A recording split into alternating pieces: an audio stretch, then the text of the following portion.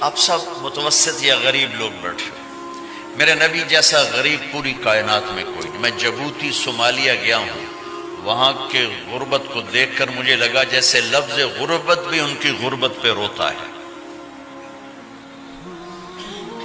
ایسی غربت میں نے پورے پاکستان میں کہیں نہیں دیکھی جو میں نے جبوتی میں دیکھی، صومالیہ میں دیکھی، کیمرون میں دیکھی، چاڈ میں دیکھی، سوڈان میں دیکھی۔ 24 گھنٹے میں ایک دفعہ بھی کھانا نصیب نہیں۔ ہمارا غریب سے غریب آدمی 24 گھنٹے میں چولہا جلا بیٹھتا ہے، لیکن میرے نبی پر جو غربت آئی، کوئی ہے پوری دنیا میں تو اللہ نے مجھے پھرائی ہے جس کے گھر میں 2 مہینے چولہا نہ جلتا ہو۔ میرے نبی وہ فقیر تھے جن کے گھر میں 2 مہینے چولہا نہیں جلتا تھا۔ ایک رات آپ سوئے ہوئے، کبھی یوں کروڑ بدلے اور کبھی یوں کروڑ بدلے، بار بار حضرت عائشہ کے ساتھ۔ تو تھوڑی دیر کے بعد آپ تھوڑا سا آگے ہوئے اور چارپائی کی جو لکڑی ہوتی جس پر بان بنا ہوتا ہے، اس پہ پیٹ کو یوں فکس کر کے اور نیچے لٹک گئے، دھڑ آدھا نیچے لٹک۔ فَكَانَ قَابَ قَوْسَيْنِ أَوْ أَدْنَىٰ۔ واہ واہ واہ، کیا مقام ہے قاب قوسین، اور کیا حالات سے گزر رہے ہیں کہ یوں آدھا دھڑ نیچے لٹک گیا۔ ام عائشہ اٹھ کے بیٹھ گئیں، یا رسول اللہ خیریت کیوں؟ آپ اٹھ کے بیٹھے کہ عائشہ بھوک بہت لگی، بھوک بہت لگی، اس لیے پریشر دیا تاکہ وہ جو بھوک کی طلب ہے نا میدے میں، اس کو پریس کیا، اس لیے پتھر باندھتے تھے کہ وہ پیچھے چلا جائے۔ اب مسجد میں تشریف فرما تھے، ایک صحابی نے کر یا رسول یہ دیکھیں، کپڑا ہٹایا، یہ دیکھیں میں نے پیٹ پہ پتھر باندھا۔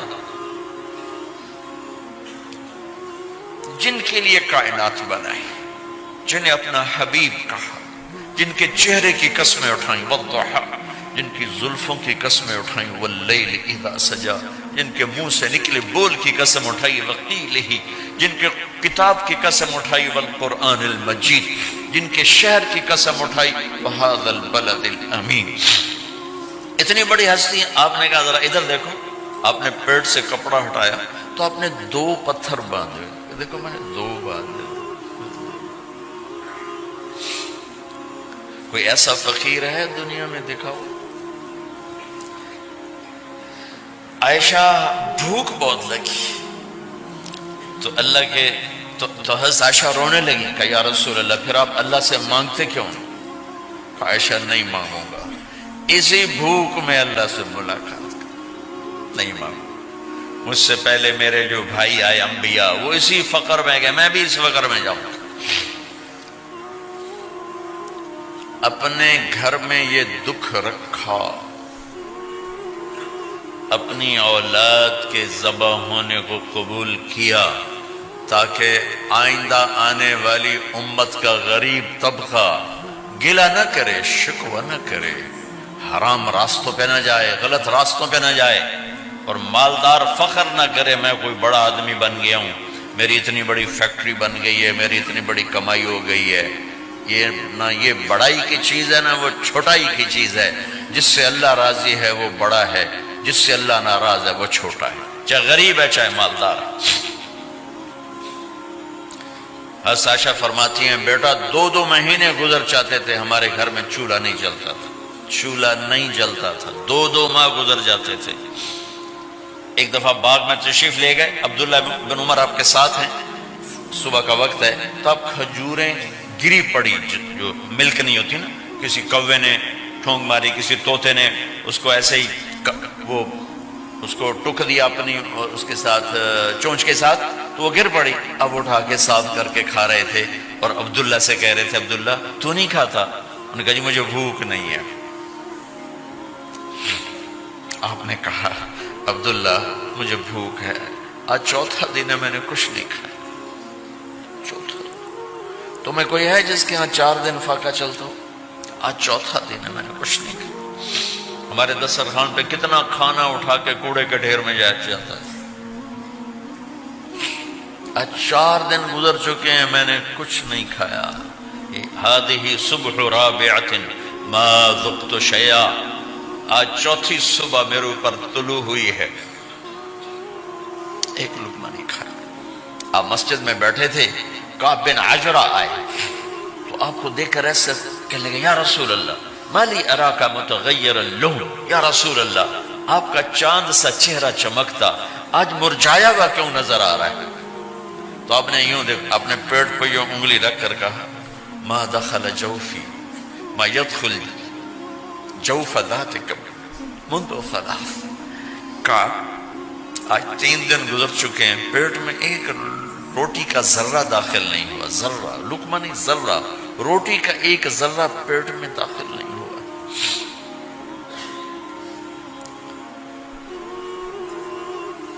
اور اتنی بڑی رسالت، اتنی بڑی نبوت،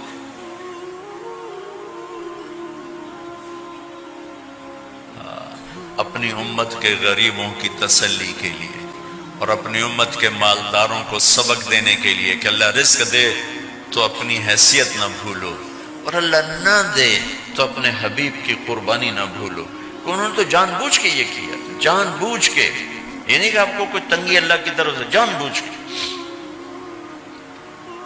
اور سارے گھر کا یہ حال ہے۔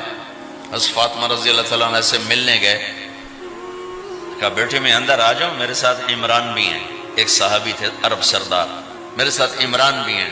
کہا ابا جان میرے گھر میں اتنی چادر نہیں کہ اپنے آپ کو چھپا سکوں، پردہ کرنے کے لیے میرے پاس چادر کوئی نہیں، تو آپ نے اپنی چادر اندر دے دی، کہا اس سے پردہ کر لو، تو لپیٹ لی۔ اب اندر آئے تو آپ نے پوچھا میں نے سنا تھا تو بیمار ہے، میں تیرا حال پوچھنے آیا ہوں۔ تو باپ کو دیکھ کے آنسو نکل آئے کہ یا رسول اللہ بیماری بھی ہے اور بھوک بھی ہے، دونوں ہی ہیں، صرف بیماری نہیں بھوک بھی ہے۔ بڑے بڑے مصیبتوں سے لڑ جانے والے ماتھے پہ کبھی بل نہ آیا، بیٹی کے آنسوں نے پگھلا بھی دیا اور رلا بھی دیا، آپ بھی رو پڑے، آپ بھی رو پڑے۔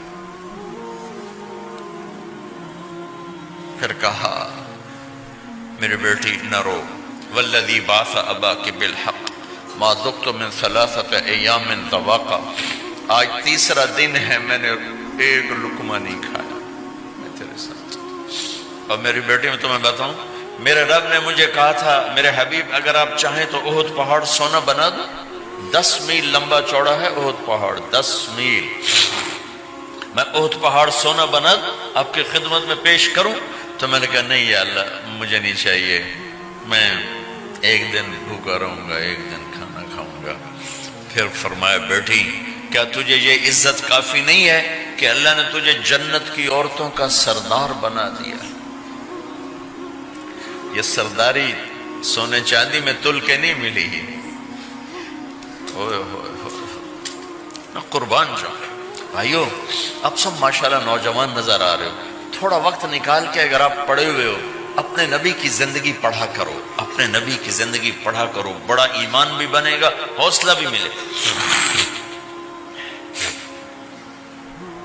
آپ حسن حسین کو کہتے تھے میری آنکھوں کی ٹھنڈک، میرے جگر کے ٹکڑے، میرے سینے کی ٹھنڈک، میرے لاڈلے، جنت کے چاند، جنت کے سردار، میرے 2 پھول، یہ سارے الفاظ حسن حسین کے لیے ہیں۔ اور ان کے بھوک کی وجہ سے رونے کی آواز سنتے تھے اور تڑپتے تھے، لیکن روٹی نہیں مانگی ان کے لیے، روٹی نہیں مانگی، کہ اپنی امت کے غریبوں کو تسلی دینی تھی کہ اگر میں فقیر بن کے جا رہا ہوں تو تمہارے اوپر بھی امتحان ہے، چند دن برداشت کرو۔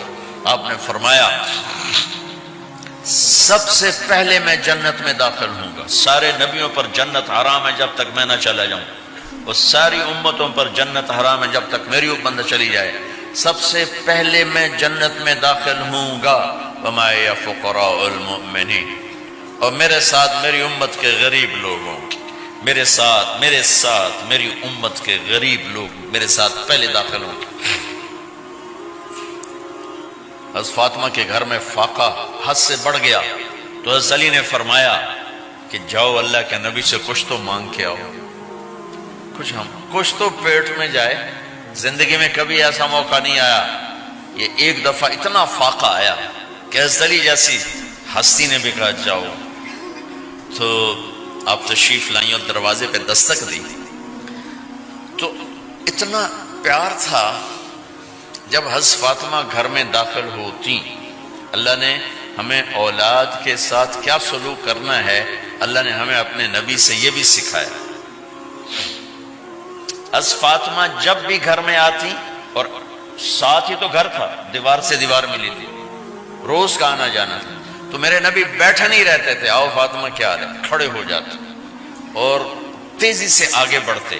دروازے پر ہی حضرت فاطمہ کا ہاتھ پکڑ لیتے، ہاتھ کا بوسہ لیتے، بوسہ لے کر ہاتھ پکڑے پکڑے بیٹی کو چارپائی پہ پہلے بٹھاتے، اس کے بعد خود بیٹھتے تھے. اکرموا اولادکم، میرے نبی نے کہا اولاد کو عزت دو، پھر وہ تمہیں عزت دیں گے. ہمارے ماحول میں اکثر ماں باپ نے اولاد پہ ڈنڈا ہی اٹھایا ہوتا ہے، پھر ان میں بغاوت پیدا ہو جاتی، پھر کہتے ہیں اولاد نافرمان. آپ نے دستک دی تو کہنے لگے یہ تو فاطمہ کی دستک ہے، خیر تو ہے، پہلے تو کبھی اس وقت میں آئی نہیں.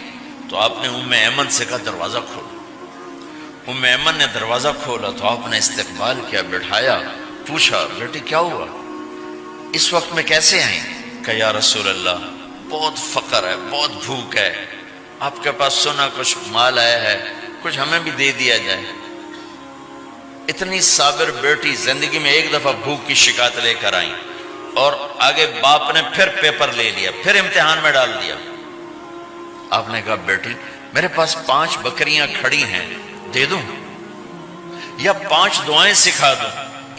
یہ بھی کوئی کتنا سخت موقع تھا، کتنا سخت موقع ہے کہ صبر کا پہاڑ بیٹی اتنی مجبور ہو کر آتی ہیں کہ یا رسول اللہ برا حال. تو میرے نبی کہتے بیٹی یہ بکریاں بھی لے جا، دعائیں بھی لے جا، دونوں جمع کر دیتے، یا دعائیں بعد میں سکھا دیتے، بکریاں دیتے، ایک تو دے دیتے. پر امت کے غریبوں کو تسلی دینی تھی، چونکہ امت میں اکثر طبقہ غریب ہوگا. تو آپ نے کہا بیٹی 5 بکریاں دوں یا 5 دعائیں دوں؟ تو وہ سمجھ گئی اپنے باپ کے مزاج کو کہ ابا جان امتحان لے رہے ہیں. تو کہا ابا جان بکریاں چھوڑ دیں، مجھے دعائیں سکھا دیں، مجھے بکریاں نہیں چاہیے. بھوکے کی رات بھی گزر جاتی ہے اور بھوکے کا دن بھی ڈوب جاتا ہے. تو آپ کا چہرہ ایسے کھل گیا کہ میری بیٹی پاس ہو گئی. کہ بیٹی آپ تم دعا میں یہ کہا کرو یا اول الاولین یا آخر الاخرین یا ذا القوة المتین یا راحم المساکین یا ارحم الراحمین. یہ تیرے لیے 5 بکریوں سے اعلیٰ چیز. اب گھر واپس گئیں خالی ہاتھ. حضرت علی نے فرمایا تو کچھ بھی نہیں لائی؟ کہ نہیں لائی ہوں، بہت کچھ لائی ہوں. کہ کیا؟ کہ میں دنیا لینے گئی تھی، آخرت لے کے آ گئی. ذہبت للدنیا وجئت بالآخرہ. تو حضرت علی نے فرمایا تیرا آج کا دن سب سے اعلیٰ دن، خیر ایام کی حال. داماد کا امتحان لے لیا، حضرت علی کو بلا لیا. علی 5000 بکریاں دوں کہ 5 دعائیں دوں؟ اس وہاں تو 5 بکریاں، اب 5000 کر دیں. علی 5000 بکریاں لیتے ہو یا 5 دعائیں لیتے؟ تو وہ سمجھ گئے کہ آج میرا محبوب مجھ سے امتحان لے رہا ہے کہ علی کتنا کو مضبوط ہے اپنے ایمان میں. اور واقعے میں نے بتا دی کیا گزر رہے. آدمی اپنی بھوک سہ لیتا ہے، اولاد کا رونا برداشت نہیں ہوتا ہے.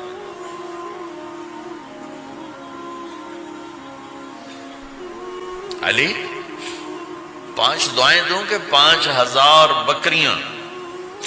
حضرت علی نے عرض کی یا رسول اللہ دعائیں سکھا دیں، بکریاں نہیں چاہیے. میرا نبی کا چہرہ کھل گیا کہ میرا داماد بھی پاس ہو گیا. علی تو یہ دعا مانگا کر روزانہ، اللہم اغفر لی ذنبی ووسع لی خلقی وبارک لی فی رزقی وقنعنی بما رزقتنی ولا تذهب قلبی الی شیء صرفته عنی. یہ 5 دعائیں تو مانگا کر، 5000 بکریوں سے زیادہ ہے. اللہم اغفر لی ذنبی، اللہ میرا گناہ معاف کر. وسع لی خلقی، میرے اخلاق عالی شان کر. بارک لی فی رزقی، میرے رزق میں برکت دے. قنعنی بما رزقتنی، مجھے لالچ سے نکال دے، مجھے لالچی نہ بنا، مجھے حریص نہ بنا. ولا تذهب قلبی الی شیء صرفتہ عنی، جو تو نے مجھے دیا نہیں اس کی میرے اندر سے طلب بھی ختم کر دے، مجھے اس کا طلبگار بھی نہ بنا کہ یہ 5000 بکریوں سے زیادہ ہے۔ میں نے تھوڑا سا اپنے نبی کے گھر کا نقشہ آپ کو بتایا کہ یہ چند دن صبر کی دنیا ہے۔